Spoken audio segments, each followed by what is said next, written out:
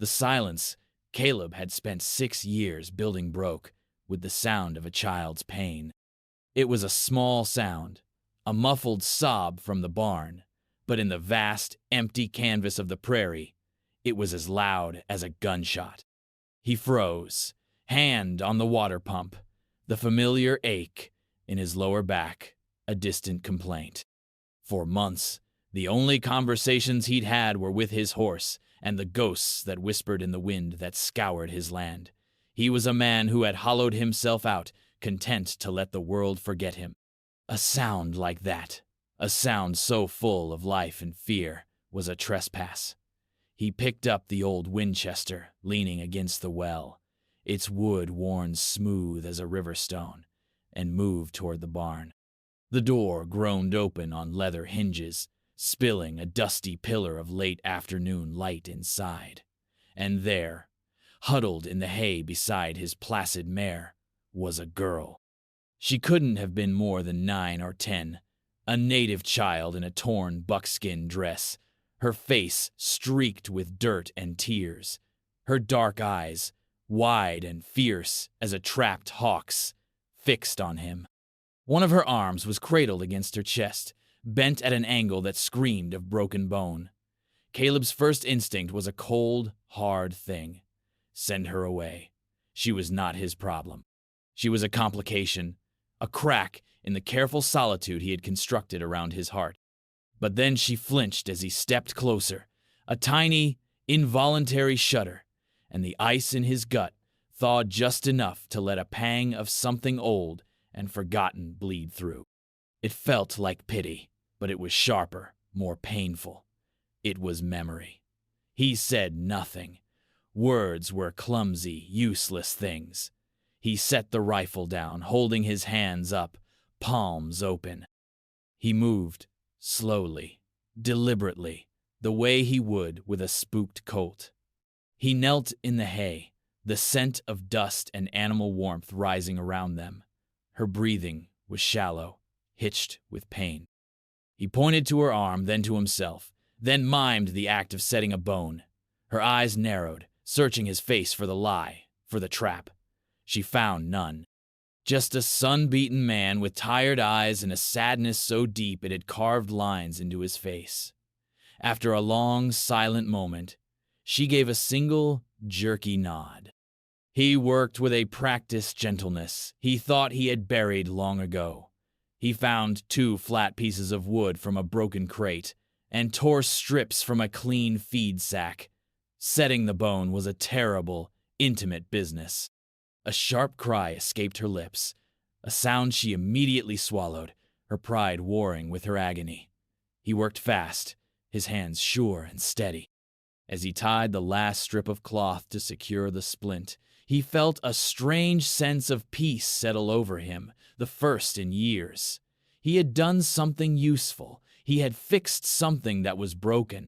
He gave her water from his canteen and a piece of dried beef, which she devoured like a starving wolf. He didn't ask her name or where she came from. The questions felt like a violation of the fragile trust they had built in silence. As dusk began to bleed purple and orange across the horizon, he left her in the relative safety of the barn and went to sit on his porch. He watched the first stars prick the deepening twilight, a familiar loneliness washing over him. But tonight, it felt different, less empty. He was scanning the vast, dark line of the earth when he saw it. A flicker, then another. On the distant ridge to the east, campfires. Too many for a simple hunting party. A cold knot formed in his stomach. He had fixed her arm, but he knew, with a certainty that chilled him to the bone, that he had not fixed her problem. He had only made it his own. The dawn came not with light, but with shadows. Long mounted shadows that crested the ridge and spilled down into the basin where Caleb's ranch sat like a solitary, forgotten stone. He stood at the window of his small cabin, a mug of bitter coffee untouched in his hand. It wasn't a dozen riders. It wasn't 20. He counted until he lost track, until the sheer number became a single, terrifying entity. 100, maybe more. A silent, formidable river of men and horses flowing purposefully toward his homestead. They didn't whoop or yell. Their advance was worse than that. It was quiet, disciplined. It was the sound of judgment. They fanned out, forming a perfect, inescapable circle around his property, each warrior a statue of grim intent. Caleb felt the old, familiar weight of inevitability settle on his shoulders. This was how things ended. Quietly, and with overwhelming force, he looked over at the girl. She had crept into the cabin some time before sunrise, as if sensing the coming storm.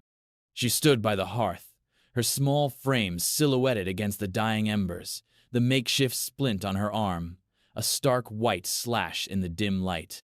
She was watching the riders, too, her face a mask of stoic resignation. There was no surprise in her eyes, only a deep, weary fear. "They're here for you," Caleb said.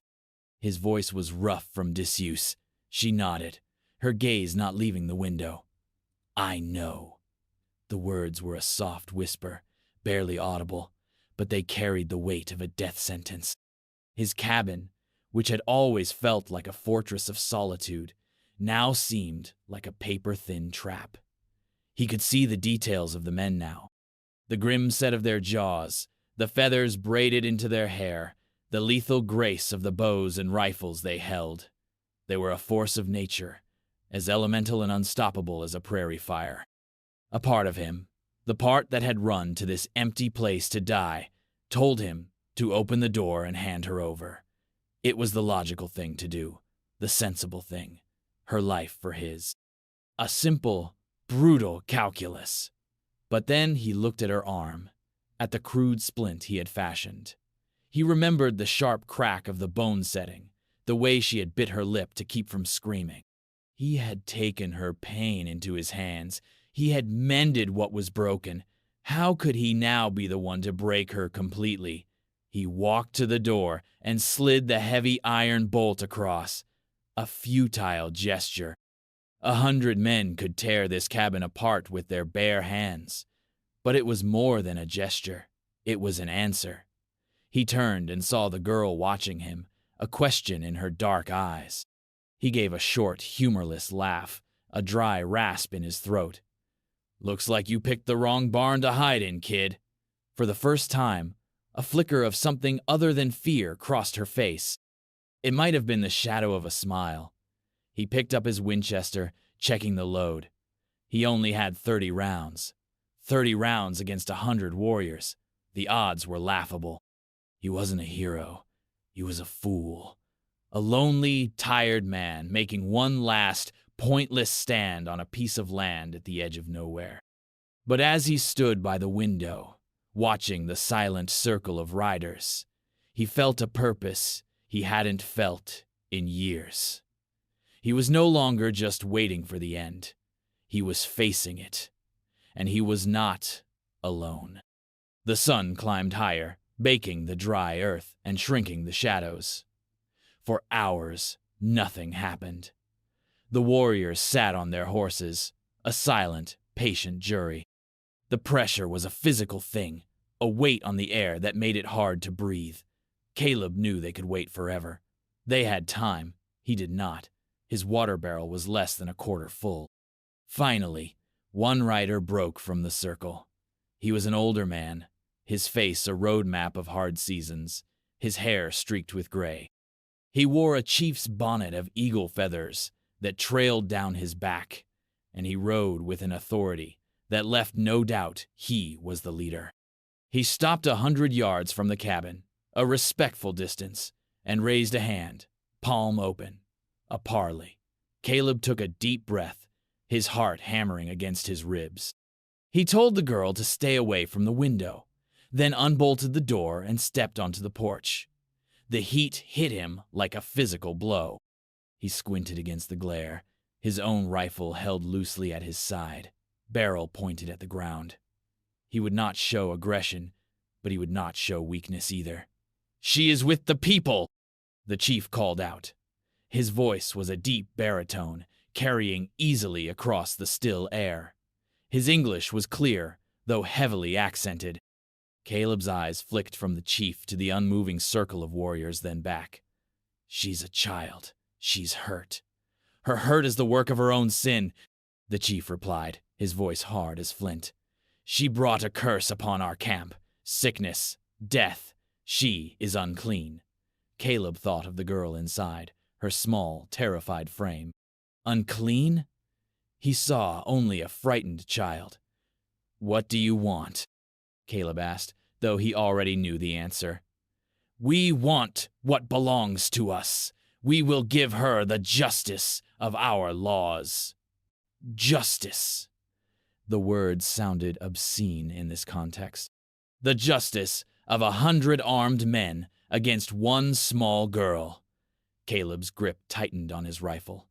His past was a landscape of failure, of moments where he had been powerless to stop a tragedy. He remembered another small hand he had failed to hold, another life he had failed to protect.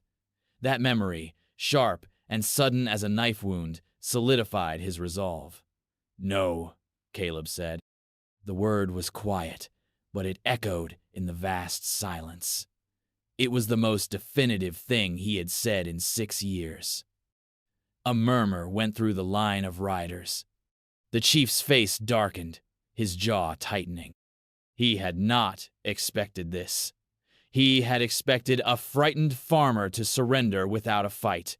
"You are one man," the chief, Stonehoof, stated, his voice laced with a dangerous calm.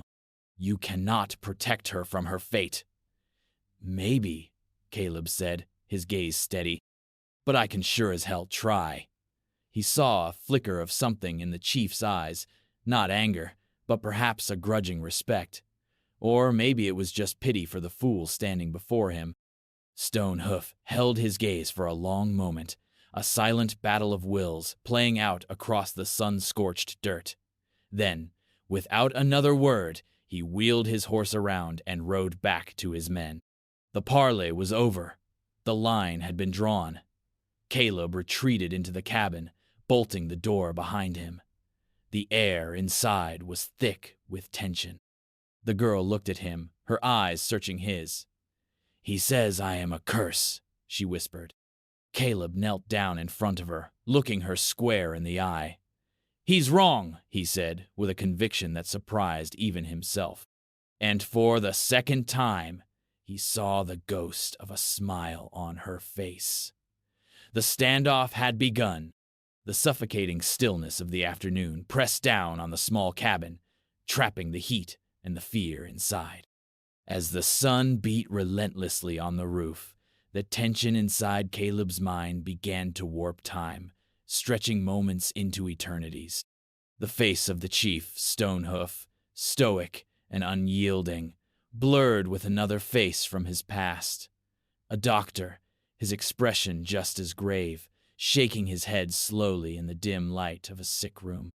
The memory came unbidden, a ghost slipping through the cracks in his carefully constructed walls.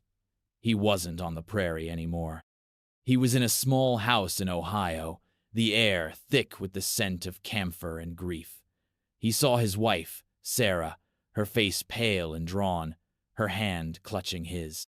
And he saw their daughter, Lily, her small body racked with a fever that no medicine could break. He remembered his own desperate, useless prayers. He remembered begging, bargaining with a God who remained stubbornly silent. He had been a good man, a family man, a builder. But when the fever came, all his strength, all his love, was as meaningless as dust. He couldn't protect them. He watched his world burn down, not with fire, but with a quiet, insidious sickness that stole everything he held dear. After he buried them, side by side on a small hill, overlooking a river that no longer looked beautiful, the silence began. He sold the farm, took the money, and walked west until the world was flat and empty enough to match the landscape inside him.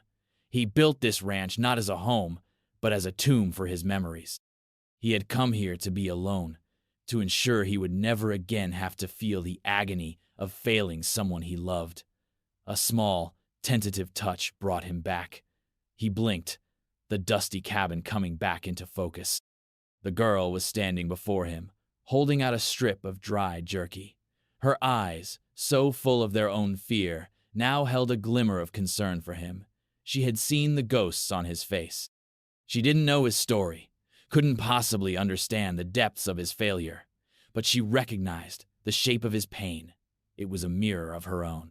He took the jerky, his calloused fingers brushing against hers. The simple act of kindness, of a vulnerable child offering comfort to her protector, was a profound and startling thing. It was a debt he didn't know how to repay. He looked from her face to the splint on her arm. He had set the bone, yes, but he was beginning to realize he wasn't just mending her. He was trying to mend himself. He was trying to rewrite the ending to the story that haunted his waking hours and tormented his dreams. He couldn't save Lily. He couldn't save Sarah. But this girl, this small, fierce stranger with hawk's eyes and a broken arm, she was here. She was alive. And 100 warriors outside be damned, he was not going to fail again. The past was a grave, but the present was a choice. And for the first time in 6 long years, Caleb felt like he was choosing life. As the day wore on, a fragile alliance formed within the cabin's walls. It was an alliance built not on words, but on shared glances and quiet gestures. The girl, whose name he learned was Little Sparrow, seemed to understand that their survival depended on breaking the silence that had trapped them both. She found a piece of charcoal from the cold hearth, and, on the smooth, packed dirt of the cabin floor, she began to draw. Caleb watched, fascinated, as she brought their predicament to life with a few stark lines. First, she drew the cabin, a simple square. Then she drew the riders, 100 slash marks forming a circle around it. Her skill was crude but clear. Then, she began to tell her own story. She drew a large teepee, the heart of her village. She drew stick figures representing her family. But then the drawings changed. She drew a new figure, a man with a menacing mask and a rattle in his hand, a medicine man. She drew him pointing at her, his posture aggressive. She drew other figures, villagers, turning their backs on her. The story unfolded in the dirt. Sickness had come to their camp. A child had died. The medicine man, a cruel and ambitious figure named Broken Fang, had needed a scapegoat to cover his own failed remedies and consolidate his power. He had chosen her. He declared she was cursed, that she had communed with evil spirits. She drew a scene of him trying to perform a violent, cleansing ritual. She had fought back, and in the struggle, he had grabbed her arm and twisted it until it snapped. Then she drew herself running, a small, desperate figure fleeing into the night, the whole village chasing after her. Caleb stared at the primitive, powerful drawings. The truth of it hit him with the force of a physical blow. The chief, Stonehoof, was not a monster. He was a leader, acting on a lie told to protect the power of a jealous man. Little Sparrow was not a fugitive from justice. She was a refugee from persecution. This wasn't about a curse. It was about a conspiracy. Everything shifted. His stand was no longer just an act of irrational, protective mercy. It was an act of righteousness. He was shielding the innocent from the corrupt. He looked at Little Sparrow. Her face was grim, her eyes fixed on the drawing of Broken Fang. She wasn't just afraid, she was angry. He saw in her the same fire of indignation he felt rising in his own chest. This was a profound and terrible injustice. He had run from the world because he could not bear its random cruelty, the senselessness of a fever that stole a child. But this was different. This was not random. This was a deliberate act of evil, a man twisting belief and fear to harm a child for his own gain. It was something he could fight. It was something he had to fight. He took the canteen and offered it to her. "We're going to be all right," he said, the words feeling truer than they had all day. She looked from her drawings on the floor to his face, and for a moment, the fierce hawk in her eyes softened. She believed him, and in that moment, Caleb began to believe it himself. He had a truth to fight for now. The only question was how to make 100 men listen. The afternoon sun began its slow descent, painting the sky in hues of orange and blood. The warriors remained, their patience a weapon in itself. The heat inside the cabin was becoming unbearable, a thick, suffocating blanket. The water in the canteen was low, and Caleb knew their time was measured in sips. The psychological war was taking its toll. Every creak of the cabin's wood, every gust of wind, sounded like the beginning of an assault. Caleb found himself pacing, a caged animal in his own home. He would stop at the window, peer through a crack in the shutters and see them, always there, unmoving, waiting. A few of the younger warriors, restless and impatient, had tested him earlier. An arrow had thudded into the door, its feathered shaft quivering. Another had buried itself in the wall next to the window, a sharp, percussive thwack that made them both jump. They weren't trying to kill him, not yet. They were reminders of their numbers, their skill, their inevitable victory. Little Sparrow sat by the hearth, her small hands clasped in her lap. She was trying to be brave, but he could see the tremor in her hands, the way her gaze kept darting to the door. She was a child, and she was terrified. The weight of her fear was heavier than his own. He stopped his pacing and sat down on the floor across from her, leaning his back against the rough-hewn wall. He needed to break the tension, if only for a moment. "You know," he said, his voice a low grumble, "I had plans today. Was gonna fix that fence post by the creek." She looked at him, her head tilted. "Fence post," she repeated softly, testing the foreign words. "Yeah," he sighed, a wry, tired smile touching his lips. "Big plans. Now look at me. Entertaining 100 of your relatives." The gallows humor, thin as it was, worked. A small, genuine smile lit up her face, chasing the shadows from her eyes for a fleeting second. It was the most beautiful thing he had seen in years. That smile reminded him that beneath the dirt and the fear, she was just a kid. A kid who deserved to laugh, to be safe, to have someone fix her fence posts. But the smile faded as quickly as it came, replaced by the grim reality of their situation. The shadows were lengthening. Soon, night would fall. And with the dark, the warrior's patience might finally run out. He looked at his rifle, then at his 30 rounds of ammunition lined up neatly on the table. He could probably take a few of them with him, but it would be a meaningless, bloody end. It wouldn't save her. Waiting was a death sentence. Fighting was a death sentence. He was trapped. But as he looked at the drawings in the dirt, at the story of a lie that had condemned this child, an idea began to form. A desperate, insane idea. It was a gamble that relied not on bullets, but on a belief that the man leading those warriors, Stone Hoof, was a man of honor, not just a man of war. It was a terrible risk. It would mean walking out there, willingly, into the center of the circle. But it was the only move he had left. He knew what he had to do.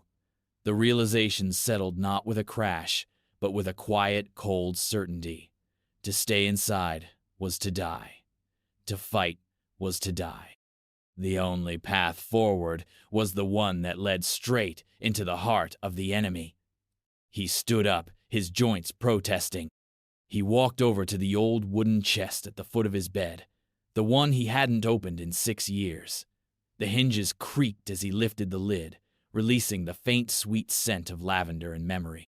Inside, folded carefully, was a simple white dress, Sarah's. Beside it, a small pair of leather shoes, Lily's. He reached in, and with a hand that trembled slightly, he tore a long, clean strip from the hem of the dress. The fabric was soft, almost sacred in his hands. It felt like a sacrilege, but also like a prayer. He went to the door and tied the white strip of cloth around the barrel of his Winchester. A white flag. A flag of surrender. But he had no intention of surrendering. It was a flag of parley, a request to be heard. Little Sparrow watched him, her eyes wide with alarm. She scrambled to her feet as he reached for the iron bolt on the door. "No," she whispered, her voice tight with panic. She grabbed his wrist, her small hands surprisingly strong. "They will kill you." He looked down at her terrified face, and for a heart-stopping second, he saw Lily. He saw his own daughter pleading with him not to leave. The old grief threatened to swallow him whole, but he pushed it down. This was different. This time, there was a choice. "I have to," he said, his voice gentle but firm. "There's a lie between us and them, and the truth is the only weapon we have left." He gently pried her fingers from his wrist. "Stay here. Stay quiet, no matter what you hear." He didn't know if he was walking to his death. The thought was a cold, smooth stone in his gut, but the fear was secondary to the purpose that now drove him. He was no longer just Caleb, the broken man who ran from the world. He was Little Sparrow's shield. He was the only one who stood between her and the lie that was hunting her. He was one man against 100. The odds were impossible. The chances of survival were negligible. What choice did he have? What would you do? He slid the bolt back. The sound was deafeningly loud in the small cabin. He took a deep breath, the air tasting of dust and finality. Then, holding the rifle with its white flag high, he opened the door and stepped out into the dying light of the sun. The world outside the cabin was a wall of hostile silence. Every one of the 100 warriors' eyes locked onto him as he stepped onto the porch. The collective weight of their gaze was a physical force, pressing him down. He held the rifle with its white flag aloft, a clear symbol of his intent, and began to walk. His footsteps on the dry, cracked earth were the only sound in the universe. Each step was a deliberate act of will, a step away from the relative safety of the cabin and into the heart of the storm. He did not look at the individual faces in the crowd. He kept his eyes fixed on one man, Stone Hoof, who sat on his horse at the head of his men, his expression unreadable. Caleb stopped 20 feet from the chief, close enough to be heard, far enough to respect the space between them. He lowered the rifle and planted its butt in the dirt, the white cloth fluttering softly in the evening breeze. He had no weapon now but the truth. He also had no words. His vocabulary in the chief's language was non-existent, and he knew explaining the complex betrayal of a medicine man was impossible with gestures alone, so he would have to show them. He pointed a finger at his own chest. "Caleb," he said, his voice clear and steady. Then he pointed back at the cabin. "Little Sparrow." He held up his hands, showing they were empty. He was not a threat. Then he began his pantomime. It was a desperate, crude piece of theater on a stage of dust. He mimed a man, making himself look bigger, puffing out his chest. He made a cruel, sneering face. He picked up a stick and pretended it was a rattle, shaking it menacingly. He was Broken Fang. Then he pointed to the cabin where Little Sparrow was. He made the motion of a striking blow, of twisting an arm until it broke. He winced, clutching his own arm, his face contorted in a mask of pain. He was Little Sparrow. He looked directly at Stonehoof, his eyes pleading for understanding. He pointed at the cruel man he had just portrayed, then shook his head violently. He made the sign for lie, drawing a forked tongue in the air with his fingers. A murmur rippled through the warriors. Some looked confused, others angry at this strange, disrespectful display. A hard-faced warrior near the front, a man whose features were sharp and predatory, spoke out in his native tongue, his voice sharp and dismissive. Caleb didn't need to understand the words to know their meaning. "This is a trick. Kill him." This, Caleb guessed, was Broken Fang himself, the man the girl feared. He had stepped out from the crowd, revealing himself. He urged Stonehoof to act, his voice rising with righteous fury. The tension ratcheted to an unbearable level. Caleb stood his ground, his heart pounding a frantic rhythm against his ribs. He had laid his cards on the table. He had gambled everything on the hope that the chief was a man of wisdom, not just a man of war. Stonehoof looked from Caleb's earnest, desperate face to Broken Fang's furious one. He looked at the rifle with its white flag, then his gaze shifted, moving past Caleb toward the cabin door. Stonehoof held up a hand, silencing Broken Fang's angry tirade. The chief's eyes, dark and penetrating, remained fixed on the cabin. He seemed to be looking for something, a sign that would either confirm Caleb's story or condemn him. Then, a flicker of movement. The cabin door creaked open a few inches. Little Sparrow stood there, a small, trembling silhouette against the dark interior. Her eyes were locked on Broken Fang, and the look on her face was not just fear, it was pure, undiluted terror. It was the look of a rabbit staring down a coyote. That was all the confirmation Stonehoof needed. The girl's visceral reaction was more eloquent than any words Caleb could have spoken. The chief's expression hardened, but the anger was no longer directed at Caleb. He barked a command. Two warriors dismounted and strode purposefully into the cabin. Caleb's heart leaped into his throat. He thought he had failed, that they were taking her. But the warriors emerged a moment later carrying not the girl, but a wide piece of cured deer skin. On it, they had carefully transferred the charcoal drawings from the dirt floor. They held it up for Stonehoof to see. The crude, powerful images told the whole story. The menacing medicine man, the broken arm, the flight into the darkness. The lie, drawn in charcoal, was laid bare for all to see. Stonehoof stared at the deerskin, his face a mask of cold fury. The truth had been in his camp all along, obscured by the words of a man he trusted. He had led 100 warriors on a hunt for a curse that did not exist, to punish a child who was a victim. The shame and anger radiated from him. He turned his gaze slowly from the drawing to Broken Fang.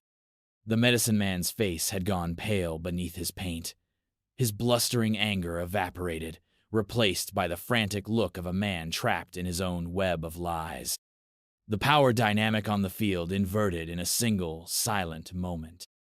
The circle of warriors, once a unified force of judgment against the cabin, now turned their collective gaze inward, focusing on the true source of the curse. Stonehoof spoke, his voice low and dangerous, dripping with contempt. He spoke to Broken Fang in their own tongue, the words like stones. Caleb couldn't understand them, but he understood the verdict. Warriors moved in, seizing Broken Fang, who began to shout and struggle, his authority stripped away in an instant. Justice, swift and communal, was being delivered. It was not Caleb's justice. It was theirs. He had simply been the catalyst, the stranger who held up a mirror and forced them to look. As Broken Fang was disarmed and bound, the tension that had suffocated the prairie for 2 days finally broke. It evaporated like a morning mist, leaving behind a profound, ringing silence. Warriors began to lower their weapons. The siege was over. Caleb felt his knees go weak with relief, a wave of exhaustion washing over him so powerful it almost brought him to the ground. He had walked out to face his death and had found, against all odds, a shared humanity. The departure was as quiet and disciplined as the arrival. The warriors reformed their lines, no longer a circle of threat, but a column of departure. They took the bound and disgraced Broken Fang with them, his fate to be decided by their own laws, far from here. As they prepared to leave, several riders broke from the line and trotted their horses past Caleb. They didn't speak, but each man met his eyes and gave a slow, deliberate nod. It was a gesture of respect, an acknowledgement of the truth he had forced them to see. It was a soldier's salute. Finally, only Stone Hoof remained, his horse standing beside Caleb. Little Sparrow came out of the cabin and went to the chief's side, her fear gone, replaced by a quiet sense of homecoming. Stone Hoof looked down at Caleb, his face no longer hard, but etched with a deep, weary gratitude. "You are a good man," he said, the words carrying immense weight. "You have the heart of a father." The compliment was a sharp, bittersweet pain in Caleb's chest. He had failed as a father once. Perhaps, in some small way, he had not failed today. Stone Hoof gestured to one of his warriors, who led forward a strong, handsome paint horse, its reins handed to Caleb. "A debt is owed," the chief stated simply. It was not a question. It was a fact. Caleb accepted the reins, nodding his thanks. There was nothing more to say. Words felt inadequate for what had passed between them. Little Sparrow stepped forward. She looked at the splint on her arm, then up at Caleb. She reached out with her good hand and laid it on his forearm for a moment. A simple, profound touch of farewell. Then she turned and allowed Stone Hoof to lift her onto the horse in front of him. Caleb watched them ride away, a man and a child disappearing into the vast expanse of the prairie. He stood there for a long time, holding the reins of the new horse, until they were just specks on the horizon, swallowed by the immensity of the land. He was alone again. The silence returned. But it was a different silence now. The old silence had been heavy, suffocating, full of ghosts and regret. This new silence was light. It was peaceful. It was clean. He looked around at his small, battered cabin, at the endless sky above, at the land that stretched out in every direction. It no longer felt like a place to hide from the world. It felt like a part of it. He hadn't just saved a girl. He had saved himself from the tomb he had built. He had faced down his past, not by forgetting it, but by honoring it with a single, courageous act. The horizon was no longer a symbol of his isolation. It was just a place where the sun would rise again tomorrow. Caleb turned, leading the new horse toward the barn. He had a fence post to fix by the creek.